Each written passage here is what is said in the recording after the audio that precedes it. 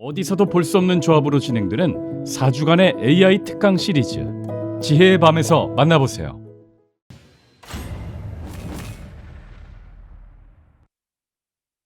KB부동산 광고에 운전커피를 내미시면 어떡합니까? KB부동산하고 운조커피는 뭐 이렇게 겹치는 게 없잖아.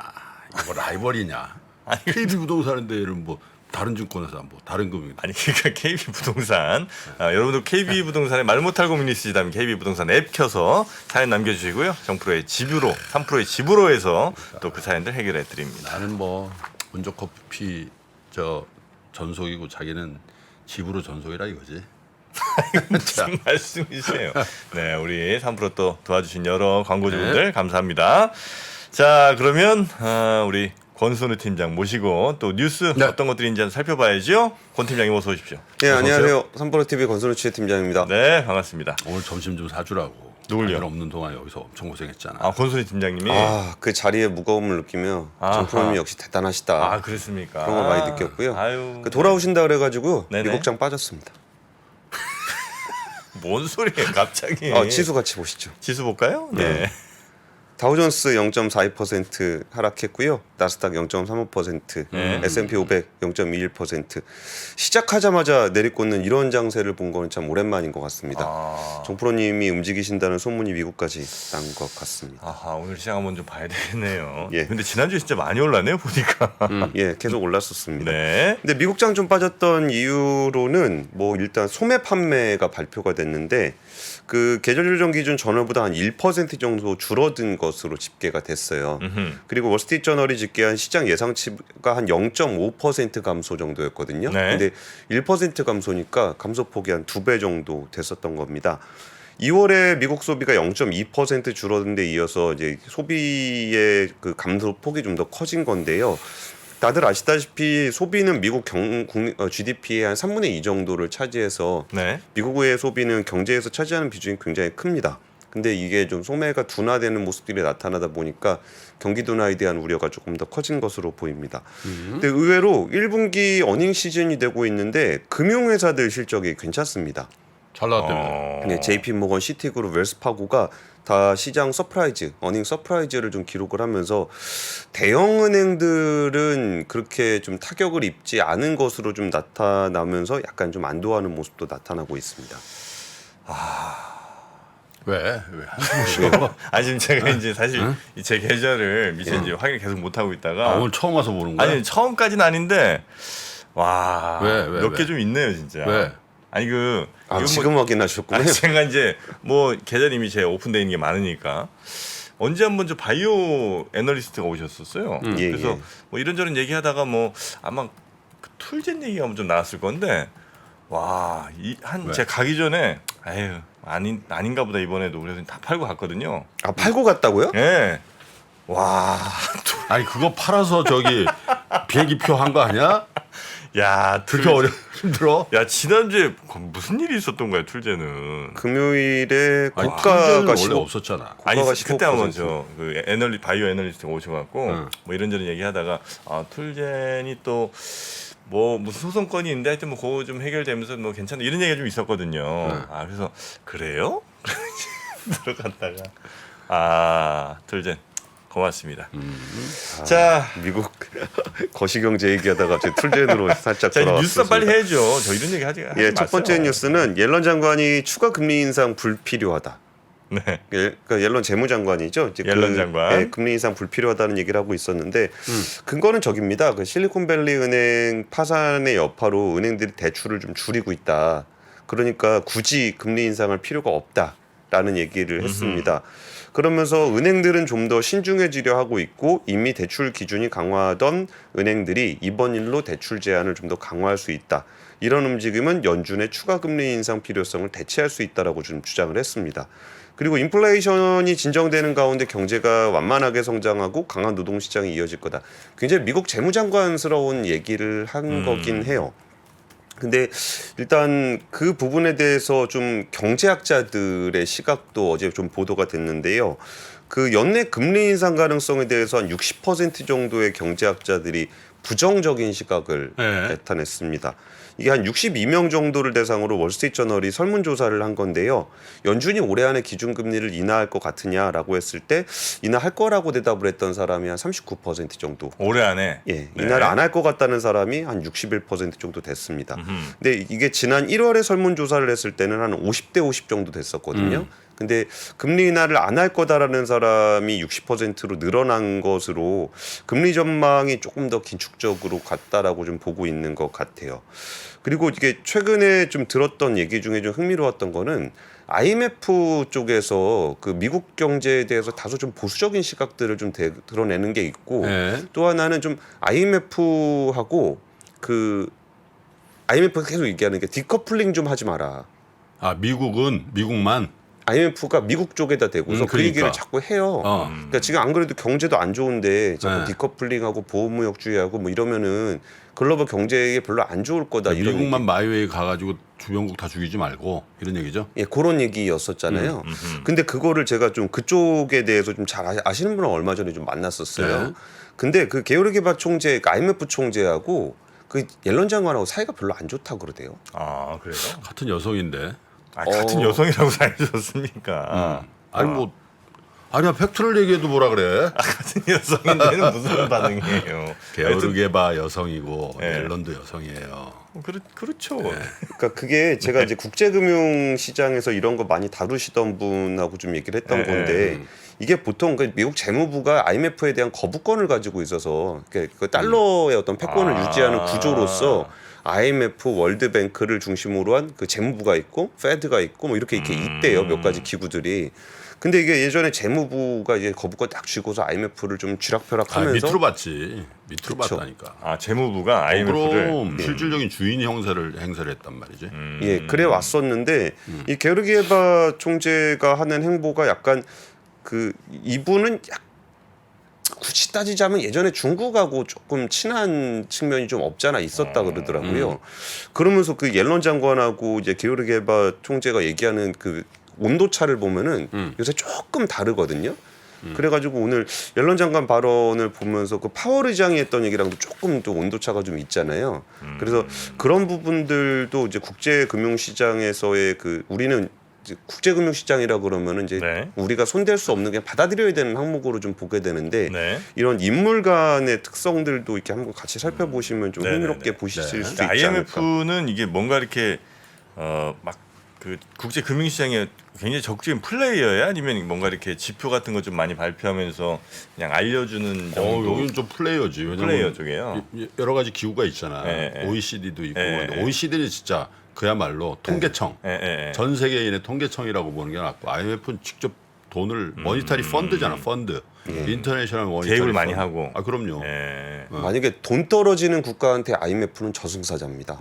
아 니네 이렇게 똑바로 안 하면 돈 안 빌려줘? 뭐 이런. 월드뱅크니 뭐 무슨 예전에 IBRD 뭐 이런 데는 그런 데는 약간 좀 더 이 원조적인 조금 더 우호적인 그런 뉘앙스 그죠? 네.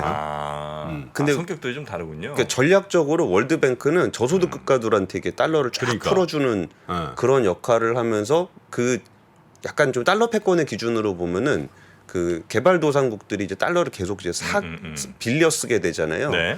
그러면 이제 나중에 또 달러로 갚아야 되니까 그 달러 체계에 편입하는 그런 역할을 하고 네, 네, IMF 네, 같은 경우는 조금 문제가 되는 경우에 최종 대부자로서 역할을 하는 거니까 그러니까 우리나라로 따지면은 은행의 최종 대부자는 한국은행이거든요. 네. 근데 달러 체계에서 최종 대부자는 IMF가 그런 역할을 좀 한다 그러더라고요. 근데 그거를 통해서 예전에는 그 재무부가 이 IMF를 통해서 그거를 좀 했었는데 네.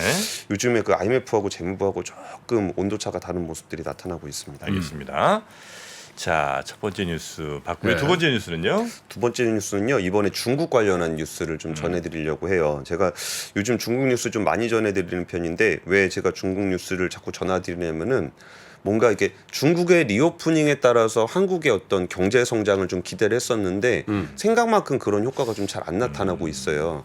그럼에도 불구하고 중국 쪽에서 지금 행보가 굉장히 좀 폭넓게 나타나면서 이게 우리가 생각했던 방식은 아닌데 다른 형식으로 좀 나타나고 있어요. 근데 물론 이거는 약간 그 조금 섣부른 판단일지 모르겠지만 채팅창에서 지금 이렇게 건설기계 관련한 얘기하시는 분이 계속 나오시는 것 같은데 네. 이것도 그 중국의 부동산 부양책 관련한 호재로 좀 인식해서 시장에 반영되는 측면이 있거든요. 그러니까 중국이 발표하는 것들이 우리가 생각했던 그런 건 아닌데 그거와 좀 다른 방식으로 좀 주가들의 영향을 좀 주고 있는 것 같아서 좀 중국 관련한 뉴스를 좀 전해드립니다.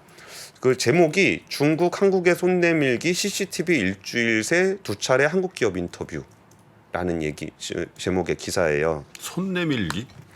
예, 중국이 예. 우리 손 잘 안 잡지 않았었어요? 아 근데 이게 자꾸 이렇게 뭐 이렇게 내밀어요. LG 디스플레이 간 거? 맞아요. 그 LG 디스플레이 가가지고 이제 거기서 시진핑 주석 그 취임 이후에 처음으로 한국계 기업을 방문했었거든요. 그러니까 3연임 취임 이후. 예. 아니요. 2012년. 아 그래요? 예. 한국계 기업이 구속된 이후 한국 기업 처음 간 거라고? 그 기사에는 그렇게 나와 있어요. 그러니까 뭐 제가 이게 일일이 확인해 보진 않았는데 기사에는 2012년 이후에 처음이다라고 좀 얘기를 했었고요. 네.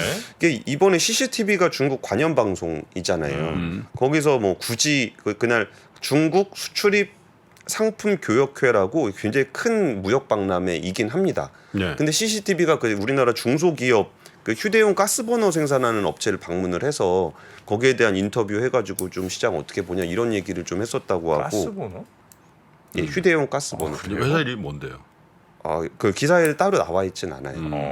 그러니까 이게 이 인터뷰 내용 자체가 뭐 되게 대단하다라기보다 인터뷰 내용 자체는 그냥 무역 박람회에 나와 있는 다양한 기업들 중에 사장님도 인터뷰하고 뭐 그냥 보통 그런 식으로 하잖아요. 그리고 이 CCTV가 지난 9일에도 광동 지역의 비즈니스를 좀 설명을 하면서 현대차 수소열 유지 시스템 관계자를 또 인터뷰를 했다는 거예요. 네. 근데 이런 거 보면서 이제 중국 쪽에 이제 그 좀 기민하신 분들은 야 이게 중국 관영 방송이 괜히 저렇게 하진 않는다. 그러니까 이게 뭔가 한국 기업의 우호적이다라는 걸 보여주려고 하는 거 아니겠느냐라는 얘기를 좀 하고 있는데 요즘에 나온 표현 중에 정냉경온 이라는 표현을 좀 쓰고 있어요. 정치는 냉랭하고 경제는 온기다? 따뜻하게. 그런 식으로 좀 얘기를 하면서 뭔가 중국이 그 미국한테 견제를 받으면서 나머지 국가들에 대해서 경제적으로 우호적인 메시지를 굉장히 많이 내고 있습니다. 그러니까 최근에 그 다들 기억하시는 그 마크롱 대통령 중국 가서 그 에어버스 160대였죠. 160대 팔고 왔잖아요. 마크롱 대통령 딱 오니까 시진핑이 160대 주문하겠습니다. 이제 주문 넣었잖아요. 그러니까 지금 그 에어버스 쪽에서 그 연구센터를 개소를 했다고 합니다. 중국에? 예, 중국 수저우성에다가 연구센터 개소를 해서 이게 그 생산 공장에서 생산을 하려면 이제 개발을 가까이서 좀 해주는 형식이 되는 거죠. 그러니까 생산도 중국에서 합니다. 이런 식으로 이게 뭔가 조금 중국이 좀 폭넓게 외국 기업들을 끌어들이려는 행동들을 많이 보이고 있거든요. 그러니까 지금 가시적으로 나타나는 건 두 가지예요. 하나는 중국의 내수 경기를 활성화시키기 위한 움직임. 네. 거기서 우리나라가 수혜를 볼 수 있는가에 대해서 좀 고민을 해봐야 되는 게 있고 또 외자 유치를 하려 그러는 움직임들이 좀 나타나고 있어요. 그러면 거기서 우리가 수혜를 볼 수 있는 부분이 있을까? 물론 우리나라 소비재가 중국에서 그렇게 잘 팔리진 않습니다. 그리고 우리가 중국에다가 추가 투자를 하기도 그렇게 쉽지 않은 환경인 건 맞아요. 근데 중국의 행보가 이렇게 나타나고 있다라는 거고 또 하나 뉴스 오늘 전해진 거를 좀 더해드리면은 아프가니스탄 있잖아요. 탈레반. 네. 거기에 지금 중국의 기업이 100억 달러 투자하겠다라는 보도가 나왔어요. 탈레반에다가 아프간에다가. 근데 여기에 리튬. 아프간에 광물이 좀 많아요. 리튬 광물이 추정치로 한 1,300조 원 정도 규모가 추정이 된다라는데 이거를 위해서 중국 기업이 아프간에 그래서 거래 파트너가 정부면은 탈레반이잖아요. 네네. 여기다 13조 원 정도를 투자하겠다라고 했었고 그 아프간의 광물석유부에서는 이번 투자가 12만 개의 일자리와 100만 개의 간접 일자리를 창출할 것이다. 왜 그러냐면은 광산 개발을 이렇게 하게 되면은 그 광산에서 이게 물건 받아가지고 오는 인프라들 다 만들어야 되거든요. 그러면 이제 도로도 만들고 거기 발전소도 만들고 이런 거 막 만들어야 돼요. 그래가지고 간접 일자리 얘기가 나오는 건데 이런 뉴스가 지금 오늘 제가 전해드린 거는 몇 가지 안 됐는데 굉장히 많이 나오고 있어요. 근데 그게 이제 중국이 예. 그러니까 미국과 상대로 이제 완전히 좀 척을 좀 지면서 러시아 뭐 사우디 뭐 이런 데랑 이제 우리 한번 저 무리지어 갖고 미국과 저 맞서서 한번 해보자 이런 식으로 가는 데 있어서 그래도 우리가 못하는 거 뭐냐 반도체랑 뭐 이런 거 있으니까 한국이랑 뭐 프랑스 뭐 비행기 뭐 이런 거 해서 이제 우리가 거기 낀 거예요? 아니면 우리는 미국에 상대하는 그런 그리고 미국이 적국이 아니야 이런 걸 보여주기 위해서 우리나라든 프랑스든 이런 나라랑 뭔가 이렇게 하려고 하는 겁니까? 앞부분인 것 같은데. 전자 쪽이에요? 그러니까 우리는 개방하는 나라다. 그러니까 중국이 요새 강조하고 있는 게 계속 그 개방하는 나라. 만약 그 메시지라면 후자 쪽인 거잖아요. 그러니까 우리는 미국에 척지는 게 아니고 우리 다 개방하는 나라 이런 메시지라면 뭐 나쁘지 않은 것 같은데. 아니 겉으로는 그런 건데 속은 전자라는 거죠. 아 그런가? 아 속은 전자예요. 그러니까- 라고 이제 보고 계시는 거고.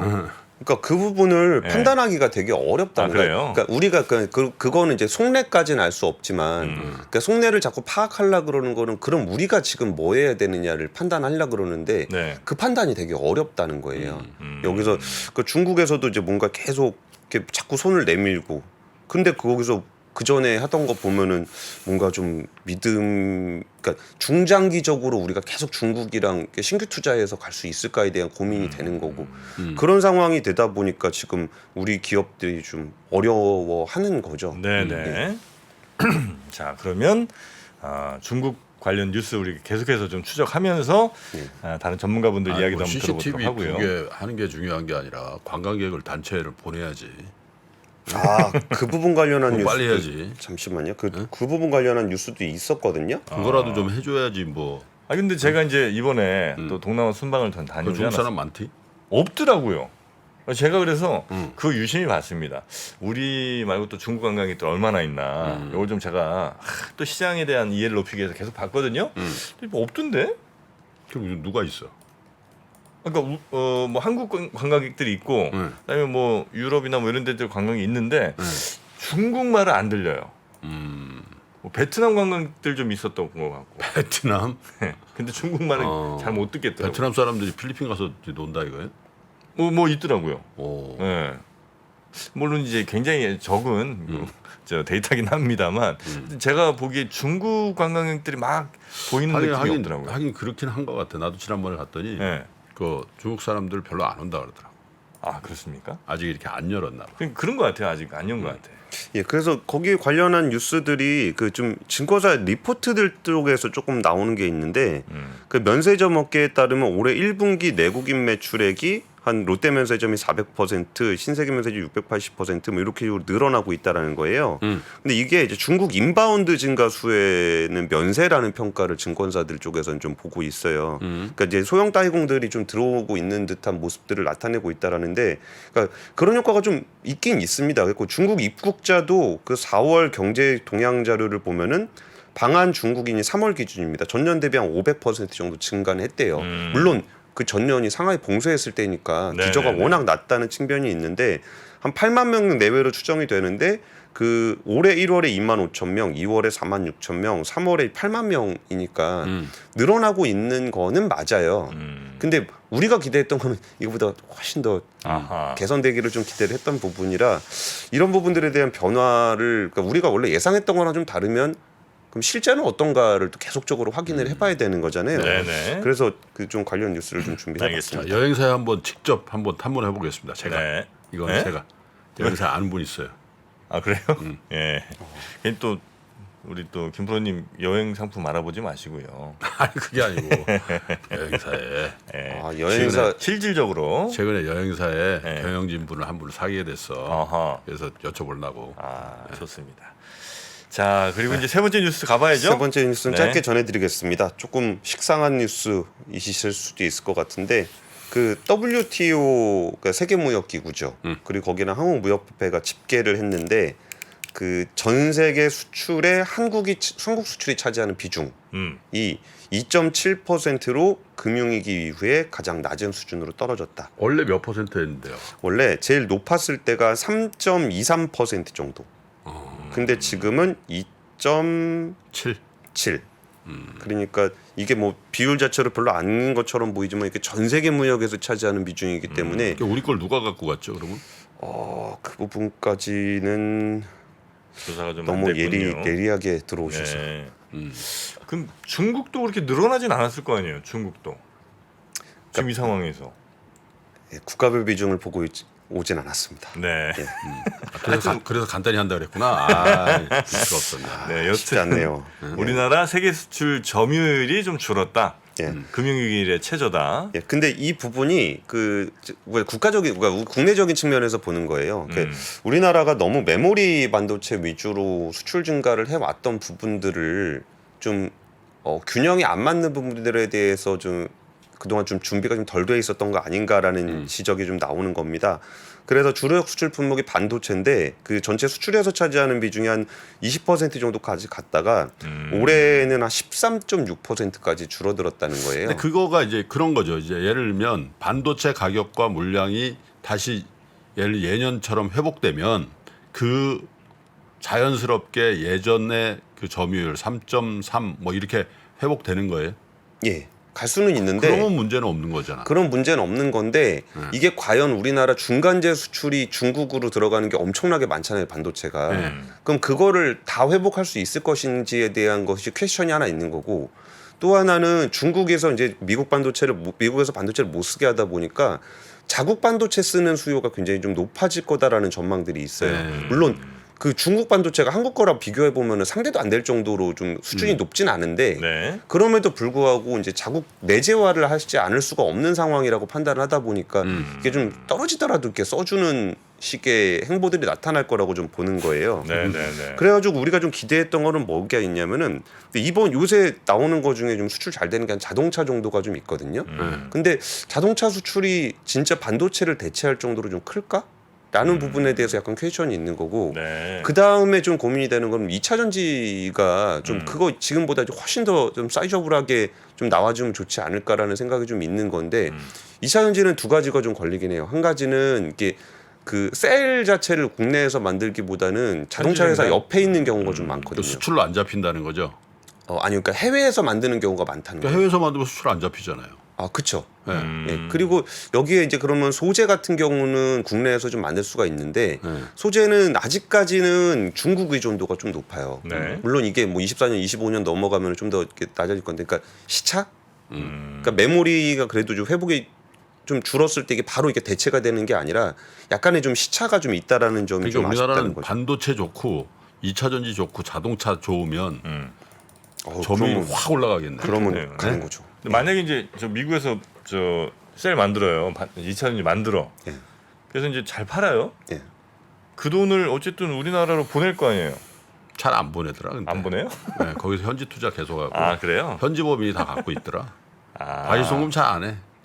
그렇게 해서 만약에 이제 송금을 하면 그 돈은 수출로 잡혀요? 아니지. 그건 그건 아니에요? 수출 아니지. 자본 수지로 잡힙니다. 자본수지라. 자본 수지. 수출은 평택이나 부산항에서 배에 실어서 무조건 나가야 통관해서 되는 거고. 나가는 거를 수출이라 그러지. 그럼 회사는 돈을 벌지만 그게 수출에 잡히거나 이러지는 않는군요. 그러니까 이제 현재 공장이 있으면. 그러니까 미국은 수출 지표 잘 안 보는 이유가 있어요. 왜냐하면 자국 내에서 만들어서 해서 수출하는 거 거의 없잖아. 많이 없잖아. 예, 예, 그죠? 예.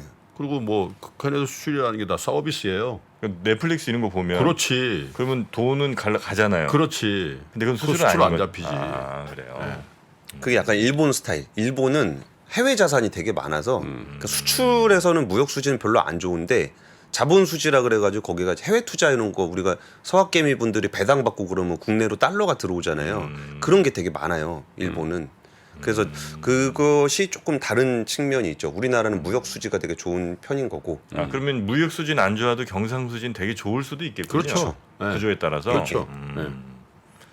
다 너무 그 당연한 거를 이렇게 물어보냐는 톤은 좀 아니. 지양 부탁드립니다. 아니 근데 내가 솔직히 어제 있잖아. 어제 우연찮게 네. 우연찮게 약간 옛날에 우리 뭘 했나 한번 봤거든. 한병화 의원이 지난주 금요일 나왔잖아. 예. 한병화 의원이 옛날에 2018년 4월에 한병화의 그 바이오 역신 그거 있어. 상 다 뒤집어 버리고. 아, 예, 예. 그게 뜬 거야. 그래가지고 그 팟캐스트로 그걸 들었거든. 야, 정프로 많이 컸더만. 정프로가 질문을 하는데 네. 진짜 초보적인 걸 막 질문하니까 그걸 다 또 2%하고 내가 막 영진아 그런 거고 쫙 얘기해주면서 어? 아 그런 게 좀 필요합니다. 그거 필요해. 예, 필요합니다. 자기 너무 많이 알아 이제. 예, 이건 좀 문제예요. 시간이 흘러도 변하지 않는 여러 가지 원칙과 사고 체계는 존재하거든요. 대가들의 사고 체계, 투자 기법이 아니라 생각의 방법. 그런 거를 분해를 해서 재구성을 해서 하나의 어떤 틀로 조합을 하는 과정이 필요한 것 같다. 라쿤 자산운용 홍진채 대표의 거인의 어깨 19년간 초과 수익을 달성한 그가 어떻게 주식 대가들의 투자법을 활용했는지 이 책에서 최초로 공개합니다. 대가들의 검증된 투자법을 여러분의 눈으로 직접 확인하시죠.